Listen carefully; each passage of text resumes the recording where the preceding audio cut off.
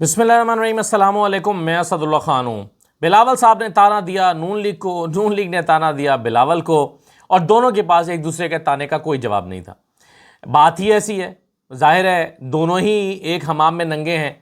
मगर क्या हुआ है, ये लड़ाई झगड़ा क्या हुआ, क्यों हुआ और फिर सुलह कैसे हो गई, तो ये इस बारे में आपको एक तो कहानी सुनाएंगे। दूसरा, जो सोहेल वड़ाई साहब ने 2 दिन पहले कॉलम लिखा था ये हुकूमत जा रही है, आज उन्होंने उसका जवाब दिया है या उसकी वजाहत की, आप कुछ भी कह लें, या मज़ीद चार्जशीट किया है हुकूमत को, तो उसका कुछ कंटेंट मैं आपके साथ शेयर करूंगा। लेकिन सबसे पहले आज पोस्ट बजट प्रेस कॉन्फ्रेंस हुई थी। उस पोस्ट बजट प्रेस कॉन्फ्रेंस में कई सवालात हुए, लेकिन उसमें वज़रा ने जिस अंदाज में अपनी कारकर्दगी को बयान किया, उससे लगा कि पूरे खत्ते में सबसे ज़्यादा तरक्की करने वाली मईशत जो है वो पाकिस्तान की है। जिस अंदाज में वज़रा ने नक्शा खींचा है, जिस अंदाज में उन्होंने कहानी सुनाई, मसलन तारड़ साहब ने तो ये कह दिया कि पाकिस्तान का जो तरक्की का मॉडल है वो IMF ने पता नहीं दूसरे मुल्कों को पेश किया या अक़वाम मुत्तहिदा ने दूसरे मुल्कों को पेश किया, कोई इस तरह की बात वो कर रहे थे। यानी दूसरे मुल्कों को वो कहते हैं हमारा तरक्की का मॉडल जो है वो पेश किया गया। तो मैं ये बातें सुन के बड़ा खुश हुआ कि चले, मैं एक ऐसे मुल्क में रहता हूँ जो अब तेज़ी से तरक्की कर रहा है। और वज़ीर-ए-आज़म शहबाज शरीफ साहब भी आज सस्ती जुगतें मारते रहे पार्लियामेंट के अंदर, सस्ती जुगतें। और टेलीविज़न ने सिर्फ वज़ीर-ए-आज़म की तकरीर सुनाई, अपोजिशन लीडर की नहीं सुनाई, PTI के चेयरमैन की तकरीर नहीं सुनाई, यानी PTI के लोगों की तकरीरें नहीं दिखाई टीवी पे, सिर्फ शहबाज शरीफ साहब की सस्ती जुगतों वाली तकरीर जो है वो सुनाई, जिसमें वो दावा करते रहे कि बलूचिस्तान के लिए न जाने क्या उन्होंने कुछ कर दिया, और वो कहते हैं हमने एहसान नहीं किया, ये हमारा हक है, फ़र्ज़ है, पता नहीं इस तरह की बातें वो करते रहे। तो बजट के बारे में आज जिस अंदाज में जिस तरह से उसको बढ़ा चढ़ा के पेश किया गया, मैं तो हैरान रह गया कि हम 20-25 दिन से, महीने से जो बजट पढ़ रहे थे वो क्या था फिर, अगर ये तरक्की का बजट है। हालांकि इसमें जो टैक्सेस की भरमार हुई है वो मैं आपके सामने रखता हूँ, लेकिन जिस तरह से आज अपने बजट की तारीफ़ें की हैं हुकूमत ने, उससे तो ये लगता है कि भाई औरंगज़ेब साहब की कारकर्दगी फिर लाजवाब है, फिर तो औरंगज़ेब साहब का किला मजबूत है, फिर तो औरंगज़ेब कहीं नहीं जा रहे, फिर तो उनके ऊपर कोई चार्जशीट नहीं है।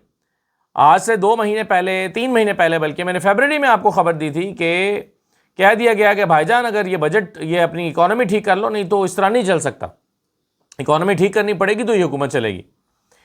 और आज जिस अंदाज में बजट को पेश करके उसको डिफेंड किया गया, उससे तो लगता है कि न सिर्फ इस हुकूमत की कारकर्दगी शानदार है, बल्कि ये हुकूमत औरंगज़ेब साहब की परफॉर्मेंस से भी 100% मुतमईन है, बल्कि बहुत खुश है और कह रही है कि जी कमाल हो गया। तो इसका मतलब है कि फिर औरंगज़ेब साहब का भी किला मजबूत है। इसका मतलब है कि कैबिनेट में अगर तब्दीलियाँ आ रही हैं तो औरंगज़ेब साहब भी कहीं नहीं जा रहे, फिर तो ये हुआ ना, तो ये तो हमें पता चल जाएगा। लेकिन ये जो बजट में हमारे जो मोटे मोटी चीज़ों पर हमारे लिए टैक्सेस लगे हैं, 1-1.5 मिनट में मैं आपको बता के फिर बिलावल वाली कहानी पे मैं आता हूँ। देखें, वफाकी बजट 2026 में नए टैक्सेस कौन से लगे हैं? 26-27 में FBR का टैक्स वसूली का हदफ मुकर्रर हुआ है 15,264 अरब रुपये, यानी 15 ट्रिलियन का। ये एक तो सबसे पहला तो ये है, जो पिछले साल के मुकाबले में जो हमने इकट्ठा किया उसके मुकाबले में 2 ट्रिलियन बढ़ा दिया गया है, यानी 2000 अरब से ज़्यादा बढ़ा दिया गया है। तो 650 अरब रुपए के नए इजाफी टैक्सेस लगाए गए हैं और 150 अरब रुपए के नए टैक्स इकदाम किए गए हैं, यानी नई ऐसी 150 जगह कि कहाँ से टैक्स इकट्ठा किया जाएगा। रोज़मर्रा इस्तेमाल की जो अशिया पर टैक्स लगा है, रिटेल पैकिंग में फ़रोख्त होने वाली सैकड़ों अशिया पर सेल्स टैक्स लग गया, यानी वो जो डब्बों में पैकिंग में पैक होकर चीज़ें आती हैं उस पर टैक्स लग गया। बस अगर मिर्चें आप खुली लेंगे तो चलें, खुली तो ले लें, लेकिन अगर मिर्चें पैक होकर डब्बे में आप किसी मशहूर कंपनी की ले रहे हैं तो वो उस पर आपको टैक्स देना पड़ेगा।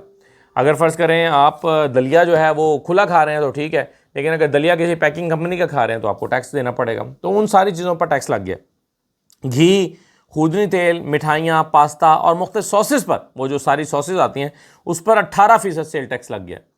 रिटेल पैकिंग वाली ज़रिया अद्वियात और जरासीम कुश मसनूआत टैक्स के दायरे में आ गई हैं, यानी किसान पहले ही रो रहा है, लेकिन अब जो ज़रिया अद्वियात हैं और जरासीम कुश अद्वियात हैं उन सब के ऊपर टैक्स लग गया। इवन आप जो घर में किचन गार्डनिंग करते हैं ना, उसके लिए भी अगर आप बाज़ार जाते हैं बीज लेने के लिए, बीज अगर आप खुले नर्सरी से ले लेंगे तो ठीक है, लेकिन अगर आप बीज पैकिंग वाले लेंगे, वो जो 300 रुपये का पैकेट आता था, मैं भी घर में किचन गार्डनिंग करता हूँ चूँकि, तो वो जो है लग गया है अब, वो उसके ऊपर भी टैक्स लग गया। अब उस पर भी वो जो बीज लेंगे या अद्वियात लेंगे उस पर भी लग गया। प्लास्टिक की घरेलू अशिया, किचन वेयर और स्टोरेज आइटम्स पर भी टैक्स लग गया। वो नहीं टब आप खरीदते, बाल्टी खरीदते हैं, प्लास्टिक के बर्तन खरीदते, सब पर टैक्स। क्रॉकरी और दीगर घरेलू इस्तेमाल के अशिया पर भी सेल्स टैक्स लग गया। बैग, सूटकेस, हैंडबैग और दीगर सफरी सामान महंगा हो जाएगा, उस पर भी टैक्स लग गया है। तमाम अक़साम के जूते सेल्स टैक्स के दायरा कार में शामिल हो गए हैं। यानी जूते तो ऑलरेडी इतने महंगे हो गए हैं कि आपको ढंग का जॉगर जो है वो 30,000 25-30,000 से कम मिलता नहीं है, अगर मुनासिब आपने अच्छा जॉगर लेना है। महंगे तो खैर बहुत महंगे हैं। और इसी तरह से अगर आपने ऑफिस के लिए इस्तेमाल के लिए लेना है तो 15,000 रुपये से कम कोई जूता नहीं है। जो 4-5 हज़ार वाला जूता है वो ना पैर उसको तस्लीम करता है और ना ही वो थोड़े दिन चलता है। तो अब मज़ीद जूते महंगे हो जाएंगे। बाथरूम फिटिंग्स, सैनिटरी वेयर और वॉशरूम के लवाजमात पर टैक्स आयद कर दिया गया है, यानी वॉशरूम में इस्तेमाल। एक तरफ आप कंस्ट्रक्शन की हौसला अफजाई करते हैं, आप कहते हैं कि नहीं जी हम सिर्फ जो रियल स्टेट है या सेल परचेज है प्रॉपर्टी की उसके ऊपर टैक्स लगा रहे हैं या उसके ऊपर उसको डिस्करेज कर रहे हैं। कंस्ट्रक्शन की तो हम इंकरेज करते हैं। अब कंस्ट्रक्शन को क्या इंकरेज करते हैं? बाथरूम फिटिंग, सैनिटरी वेयर सब पर लग गया। गाड़ियों और ऑटोमोबाइल लवाजमात की रिटेल फ़रोख्त पर भी टैक्स लग गया। तो कौन सी जगह छोड़ी है जी आपने जिसमें टैक्स नहीं लगाया, जिसमें आप नए टैक्स इक़दाम आपने नहीं किए? तो आप कह रहे हैं कि जी ये शानदार बजट है। तो कैसे शानदार बजट हुआ? अच्छा, एक बड़ा दिलचस्प टैक्स और लगा है। पंजाब हुकूमत ने गोबर टैक्स के बाद अब टॉयलेट टैक्स का आगाज़ कर दिया। यानी अगर आप टॉयलेट इस्तेमाल कर रहे हैं कमर्शियल बेसिस पे, कमर्शियल जगहों पे टॉयलेट का इस्तेमाल कर रहे हैं, तो वो टॉयलेट जो है वो टैक्स देगी। और कितना टैक्स है? अच्छा खासा टैक्स है। एक टॉयलेट 2500 रुपये टैक्स देगी। यानी अगर एक बिल्डिंग में 4 टॉयलेट्स हैं तो आपको 10,000 रुपया महाना टैक्स देना पड़ेगा, महाना। तो ये बड़ा हैवी टैक्स है। अब महकमा वासा अब फ़ी बैतुल खला 2500 रुपये टैक्स सर चार्ज करेगा। रहीम यार खान के अस्पतालों को टॉयलेट टैक्स जमा कराने के नोटिस जारी हो गए। लाला इकबाल स्टेडियम अस्पताल रहीम यार खान के 15 टॉयलेट्स को महाना 37,500 रुपये टैक्स भेज दिया गया। निजी सर्जिकल अस्पताल को भी फ़ी बैतुल खला 2500 रुपये टैक्स के नोटिस जारी हुए। वासा ने नासिर मेडिकल कॉम्प्लेक्स को 17 बैतुल खला का 62,500 रुपये का बिल भेज दिया कि आपके मेडिकल कॉम्प्लेक्स में 17 बैतुल खला हैं। अब आप जानते हैं कि हर अस्पतालों में तो हर कमरे के साथ अटैच वॉशरूम होता है, हर कमरे के साथ मरीज़ के लिए। तो ये तो फिर भी मुझे लग रहा है कि छोटे अस्पताल होंगे, जो थोड़े से बड़े अस्पताल हैं, मसलन 200 बेड का अस्पताल होगा तो 200 से ज़्यादा वॉशरूम भी होंगे ना। कुछ स्टाफ के लिए भी होते हैं, कुछ और जनरल पब्लिक के लिए भी होते हैं। तो ये 17 बैतुल खला का 62,500 रुपये महाना बिल। वासा के मुताबिक डॉक्टर अस्पताल एंड ट्रॉमा सेंटर को 12,500 रुपये टैक्स भेजा गया है। निजी सर्जिकल क्लिनिक की जानिब से टैक्स अदा न करने पर एफआईआर दर्ज। डिप्टी डायरेक्टर वासा आमिर नवीद ने कहा कि यह सेवरेज टैक्स है जिसके काबीना से मंजूरी ली गई है। डिप्टी डायरेक्टर वासा आमिर नवीद के मुताबिक यह टैक्स कमर्शियल एरियाज़ में नाफिजुल अमल होगा। डिप्टी डायरेक्टर वासा आमिर नवीद ने कहा गंदगी फैलाने वाले इदारों को यह टैक्स भेजा जा रहा है। हालांकि बाथरूम की तो हौसला अफजाई करनी चाहिए कि लोग खुलेआम सड़कों पर आते जाते जो है वो अपनी रफ़ाए हाजत ना करें, उसको डिस्करेज करना चाहिए। हम तो इंडिया का मजाक उड़ाते हैं कि वहाँ पर बाथरूम कम है, ये लोग खुलेआम जो है वो वॉशरूम करते फिरते हैं। तो अब पाकिस्तान में भी बैतुल खला पे टैक्स लग गया है क्योंकि ये गंदगी फैला रहे हैं। तो ये आप सोचिए कि टैक्स की जो है वो कहाँ कहाँ से हमें अदा करने पड़ रहे हैं। अच्छा जनाब, बिलावल साहब नून लीग को जुड़ गए और उन्होंने कहा कि ये जो असल सीटें गिलगित बल्तिस्तान में इनकी फॉर्म 45 पे आई हैं ना, वो सिर्फ 3 है। बिलावल साहब कहते हैं कि असल सीटें सिर्फ 3 हैं और बाकी जो हैं ये फॉर्म 47 पर आई हैं। ये बिलावल साहब ने नून लीग पे इल्ज़ाम लगाया। उन्होंने कहा असल में 3 है, बाकी आपने उसी तरह किए हैं जैसे लाहौर में किए। यानी जैसे आपने लाहौर में हुकूमत बनाई है, वो कहते हैं कि वैसे ही आप जीबी में भी हुकूमत बनाना चाहते हैं। बल्कि उन्होंने तो एग्जैक्ट जुमला ये कहा कि जैसे जब ये दावा कर रहे थे कि हम जीबी को लाहौर बना देंगे, तो इसका इनका मतलब ये तो नहीं था कि जैसे इन्होंने लाहौर में फॉर्म 47 पे हुकूमत बनाई है, ऐसे ही ये यहाँ पर जीबी में भी फॉर्म 47 पे हुकूमत बनाएंगे। तो इस पर कहा लगा बिलावल साहब के स्टॉन्ट पे अपनी प्रेस कॉन्फ्रेंस में। बल्कि सुनिए पहले बिलावल साहब ने क्या कहा है, मैं आपको सुनवा देता हूँ, सुन लीजिए। तो अगर वो ज़बरदस्ती बनाना चाहते हैं तो सच ये है, हकायक ये है कि उनका जो फॉर्म 45 के मुताबिक गिनती है वो 3 का है। अब वो जब कह रहे थे कि हम गिलगित बल्तिस्तान को लाहौर बना देंगे, तो इसका मतलब क्या ये था कि जैसे आपका लाहौर का हुकूमत बना, अब वैसे गिलगित बल्तिस्तान में हुकूमत बनाने के ख्वाब देखते? अब इसके जवाब में नून लीग ने कहा कि अच्छा जी, हमारी फॉर्म 47 पे हुकूमत बनी हुई है पंजाब में, तो ये बताओ कि तुम्हारा कराची में जो है वो मेयर कैसे बना हुआ है। यानी जाहिर है वो भी फॉर्म 47 पे बना हुआ है। मेयर पीपल्स पार्टी तो कहीं से मेयर नहीं बनाती थी, ये तो जमात इस्लामी लीड कर रही थी, साथ में पीटीआई को मिला के जमात इस्लामी का मेयर बनता था, लेकिन पीटीआई के बंदे गायब कर दिए गए। वो फिर इधर उधर कर करा के चला फिरा के और मुर्तज़ा वहाब को बना दिया कराची का मेयर। तो आप सोचेंगे जब कराची का मेयर इस तरह बनाया गया है तो इस पर जब नून लीग ने ताना दिया है पीपल्स पार्टी को तो उसके पास कोई जवाब नहीं है। यानी नून लीग ने पंजाब की हुकूमत का फॉर्म 47 पे बनने का जो ताना नून लीग को दिया है, उनका अपने दिफा में कोई जवाब नहीं है। जवाब में उन्होंने भी हमला कर दिया। जैसे कोई कहे ना कि तुम्हारी शक्ल काली है तो कहेगा तो तुम्हारी उससे मुझसे भी काली है, तो दोनों एक दूसरे को कहेंगे अच्छा। वो ये नहीं कहेगा नहीं मैं काली, मेरी शक्ल काली नहीं है। वैसे काला गोरा होना ये मैं वो एथनिक बात नहीं कर रहा, मैं ऐसे एक बात कर रहा हूं कि कोई किसी को अगर बदशक्ला होने का ताना देगा कोई तो मुझसे भी पैड़े हो। तो ये नून लीग और पीपल्स पार्टी एक दूसरे के साथ कर रहे हैं और दोनों इस हमाम में दोनों नंगे हैं चूंकि, तो दोनों अपने दिफा में कोई बात नहीं कर रहे, उल्टा जवाब में उसको ताना दे रहे हैं। तो ये सूरत हाल चल रही है। तो इस गोलाबारी के बाद शहबाज शरीफ साहब ने कहा कि नहीं बिलावल साहब पीपल्स पार्टी साहब आप बनाइए जनाब, हुकूमत बनाएं। तो बिलावल साहब फिर फ़ौरन सीधे हो गए, उन्होंने कहा कि जी ये वज़ीर आज़म साहब ने कहा है और बड़ा अच्छा हो गया और ये जमहूरियत की जो है वो जमहूरियत को मजबूत करने के लिए कदम है वगैरह वगैरह। तो बस वो इतना ही होता है ना, फिर हवाई फायरिंग कर दो, दूसरे से फायरिंग हो जाए तो फिर सुलह हो जाती है। अच्छे बच्चे तो ऐसे ही करते हैं। सोहेल वडाई साहब ने कॉलम लिखा है, मुझसे भूल हो गई।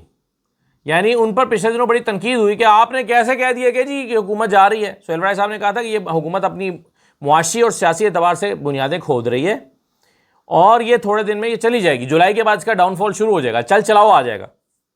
तो इस पर जनाब वो बड़े हुकूमत चूँकि नून लीग बड़ी सीख पाव हुई थी, तो उसका जवाब आज जवाबी कॉलम लिखा है दोबारा सोहेल वडाई साहब ने। उसमें वो कहते हैं कि भूल चूक तो मज़हब में भी माफ़ कर दी जाती है, मगर हुकूमत के बंद किवाड़ मज़हब के ऊंचे दरवाज़ों से भी बुलंदतर और मुकफ़ल होते हैं।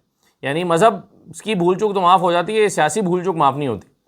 वहाँ भूल चूक भी नाकाबिले मुआफ़ी होती है यानी सियासत में, मगर फिर भी ये बंदा आसी यानी गुनाहगार बंदा उर्फ झूठा सहाफ़ी माज़त का खास्तगार है।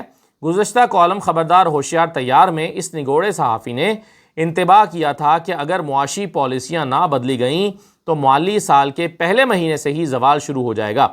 फ़ाद हुसैन के बकौल ये इंतबाह ही निशाना था, मगर ये ना मुझे रास आया और ना ही हुकूमत को।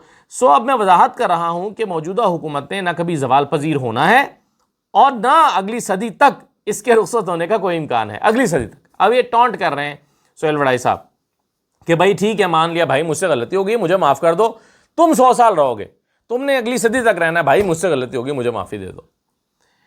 ठीक है, ये ऐसे ही है ना जैसे लड़ाई हो जाती है तो बंदा कहता है कि भाई मैनू माफ़ कर दे, तू बहुत चंगा है, बस मैनू माफ़ कर दे, मैं लड़ना ही नहीं चाहता। तो वो सोहेल वडाई साहब ने किया है कि भाई इस हुकूमत का ना, ये हुकूमत ना कभी जवाल पजीर होगी और ना अगली सदी तक इसके रुखसत होने का कोई इम्कान है। मेरी आंखों पर पर्दा पड़ गया था कि मैंने ये लिख दिया कि बेरोज़गारी और महंगाई बढ़ गई है और सनतें बंद पड़ी हैं। अब हुकूमती इश्तहारात से मेरी आंखें खुली हैं तो मुझे पता चला है कि मुल्क की इक़्तिसादियात तो बूम कर रही है, मुल्क उड़ान में है, बेरोज़गारी का नामो निशान तक मिट चुका है, महंगाई का रुझान पाकिस्तान में नहीं अफ़गानिस्तान में है। ये सब गलत फहमी थी। सनतें भी भारत में बंद हो रही हैं जहाँ बिजली सस्ती है, पाकिस्तान में तो सनतों का धुआं पहले से बढ़ गया है।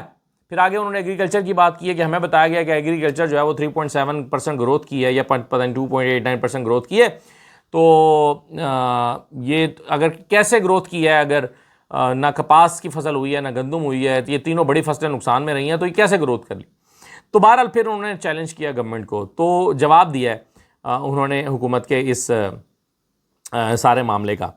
फिर आगे वो कहते हैं मेरे काबिल एहतराम मुआसरीन इब्ने अयूब इब्ने ज़िया और बरादरान मुशर्रफ ने मुझे बेपर की उड़ाने का ताना दिया है। मैं इस ताने को मिनवान कबूल करते हुए ऐलान करता हूँ कि यह हुकूमत ता क़यामत कायम रहनी है। 75 साल में आज तक जितनी भी हुकूमतें आई हैं इनमें यह सबसे बेहतर है। आज तक ना ऐसा कोई वज़ीर आज़म आया है और ना आज तक इस जैसे काबिल वज़ीर बन सके हैं। ये मेरी भूल थी कि मैं इन जवाहिर काबिल की पोशीदा दानिश और इनके पस पर्दा कारनामों को ना देख सका। ये मेरी भूल थी कि मैं पाकिस्तान की उड़ान को ना देख सका। दरअसल मेरी कमज़ोर नज़र ज़मीन पर मरकूज़ थी, मुझे ख्याल ही नहीं आया कि हम तो मुआशी तौर पर फ़ज़ा में चले गए हैं। तो ये उन्होंने कहा, लेकिन मोहसिन नकवी साहब इसका गुस्सा कर गए। मोहसिन नकवी साहब ने अपने दोस्त, हालांकि मोहसिन नकवी और सोहेल इब्राहिम साहब का बहुत करीबी ताल्लुक़ माना जाता है, यहाँ तक कि आपको याद है कि एक मुलाकात उनकी आर्मी चीफ से हुई थी ब्रसल्स में या गालिबन यूरोप के किसी शहर में। तो वहाँ पर इस मुलाकात के बाद इस मुलाकात के बारे में भी यही कहा जाता था कि मोहसिन नकवी साहब ने ये मुलाकात कराई थी। तो मोहसिन नकवी साहब काफ़ी करीबी माने जाते हैं सोहेल इब्राहिम साहब के। शायद इसीलिए मोहसिन नकवी साहब ने इस तासुर को ज़ाहिर करने के लिए ये स्टेटमेंट दी है, क्योंकि उन्हें लगा कि ऐसा ना हो कि हुकूमत समझे कि मोहसिन नकवी साहब खुद भी चूँकि वज़ीर-ए-आज़म बनने के मुस्तकबिल में ख्वाहिशमंद हैं, तो कहीं ऐसा ना हो कि मोहसिन नकवी साहब इस तरह की ख़बरें करवा रहे हैं सोहेल इब्राहिम साहब। तो उन्होंने इस तासुर को ज़ाहिर करने के लिए ये सोहेल इब्राहिम साहब के बारे में कहा कि सोहेल इब्राहिम साहब की उम्र अब रिटायरमेंट की है, उनको रिटायरमेंट ले लेनी चाहिए, हुकूमत टाइम पूरा करेगी, परेशान होने की ज़रूरत नहीं है। ये मोहसिन नकवी साहब ने उनको जवाब दिया। तो ये जी सूरत हाल अब चल रही है हमारे यहाँ। अब आप इसका फ़ैसला ख़ुद करें कि सच्चा कौन है, झूठा कौन है, और कौन ठीक कह रहा है, कौन गलत कह रहा है। आखिर में मैं आपको बताऊं कि मालदीव का ट्रिप में हमने अनाउंस किया हुआ है जुलाई में, और इस ट्रिप मालदीव और श्रीलंका का। तो जो मालदीव ट्रिप का हमारे साथ हिस्सा बनना चाहते हैं वो ट्रैवल बार से रब्ता कर लें। उनका नंबर जो है वो मैंने जो पोस्टर लगाया साथ में उसमें दिया गया है। इजाज़त दीजिए, अल्लाह हाफ़िज़।